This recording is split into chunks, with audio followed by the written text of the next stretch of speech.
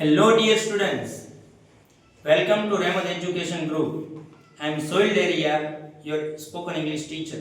Today we are going to learn the use of what. What ના અલગ અલગ વાક્યો જે રૂટીનમાં આપણે બોલચાલમાં વપરાય છે તેના વિશે થોડીક નજર કરશું. First sentence is what are you? તમે શું છો? તમારો પેશો શું છે? તમારું પ્રોફેશન શું છે? જો ભણતા ગણતા છોકરાઓને પૂછીએ તો ઈ કહેશે I am a student. રિક્ષા ડ્રાઈવરને પૂછીએ તો ઈ કહેશે I am a rickshaw driver. મેનેજરને પૂછીએ ઈ કહેશે I am a manager. ખેડૂતને પૂછશું તો ઈ કહેશે I am farmer. પણ તમને અહીંયા યુ બદલાવીને કોઈ ત્રીજા વ્યક્તિ વિશે પૂછે તો સપોઝ કે તમને કોઈ પૂછે what is your father? તમારા પપ્પા શું છે? My father is an assistant. My father is a job doing person. પછી મમ્મી વિશે પૂછે what is your mother? My mother is a homemaker. એ જ રીતે સેકન્ડ સેન્ટેન્સ જોઈએ what are you doing? તમે શું કરી રહ્યા છો?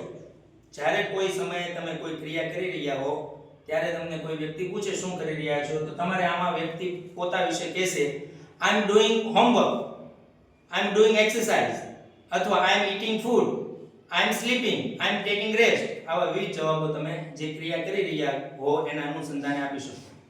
Third sentence is what do you do? તમે શું કરો છો? આ જનરલ પર્પઝમાં પૂછે છે કે આમ તौर ઉપર તમે કામ શું કરો છો અને આ ક્રિયા જે છે ચાલુ છે તમે શું કરી રહ્યા છો જે તે સમયે કોઈ ક્રિયા શરૂ હોય ત્યારે what are you doing અને આમ તौर ઉપર સપોઝ કે બે વ્યક્તિ બે મિત્ર ઘણા સમયે મળે છે તો એકબીજાને પૂછે છે તું શું કરે છે તો કોઈ કહે છે કે I am teaching students, I am a teacher. હું વિદ્યાર્થીને ભણાવું છું, હું ટીચર છું. સામેવાળાને પૂછો and what do you do? તમે શું કરો છો તો ઈ કહે છે I am a manager, I manage the company. હું મે કંપનીને મેનેજ કરું છું. Second fourth sentence is what does he do? તે શું કરે છે? કોઈ વ્યક્તિ જે પુરુષ છે તેના વિશે પૂછવું હોય તો he અને કોઈ વ્યક્તિ જે છોકરી છે તેના વિશે પૂછવું હોય તો she. What does he do? What does she do? તે શું કરે છે? તેણી શું કરે છે? fifth sentence what is your time? તમારો સમય શું છે? સપોઝ કે કોઈ લેટ આવે છે કોઈ ઇન્સ્ટિટ્યૂટમાં કે કોઈ જોબની જગ્યાએ તો આપણે એને કહી શકીએ what's your time? What is your goal? What is your dream? તમારો ગોલ શું છે? તમારો ડ્રીમ શું છે? તમારો એમ શું છે? તમારો ટાર્ગેટ શું છે લાઈફમાં? તો એ તમે એને વ્યક્ત કરી શકો, એક્સપ્રેસ કરી શકો, એક્સપ્લેન કરી શકો. What is your qualification? તમારું ક્વોલિફિકેશન શું છે? આ બધા બહુ જનરલ પર્પઝમાં યુઝ થાય જેને તમે આસાનીથી સમજી શકો છો. What do you know? પહેલાના લેક્ચરમાં આપણે ભણ્યા હતા how do you know? તમને કઈ રીતે ખબર? કેવી રીતે ખબર? તો તમારે રીત કહેવાની છે.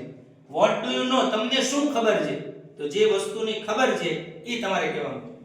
Next one what time is it?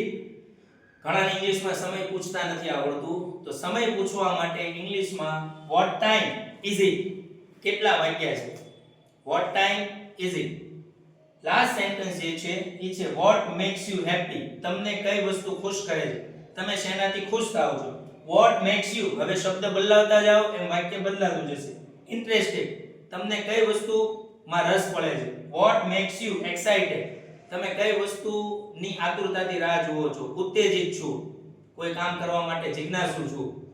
તો આ રીતે આપણે વોટના 10 સેન્ટેન્સીસ ભણ્યા. આઈ હોપ કે તમને 10 સેન્ટેન્સીસ છે એના ઉપયોગ અને એના યુઝેસની સારી રીતે માહિતી મળી ગઈ હશે.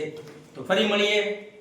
આ વિડિયો જો તમને પસંદ આવ્યો હોય તો એને લાઈક કરો, શેર કરો અને આપણી ચેનલને સબસ્ક્રાઇબ કરો અને નીચે આવેલ બેલ આઇકન પર ક્લિક કરી દો જેથી કરીને આવનારા વિડિયોની નોટિફિકેશન આપણા સુધી તરત પહોંચતી રહે.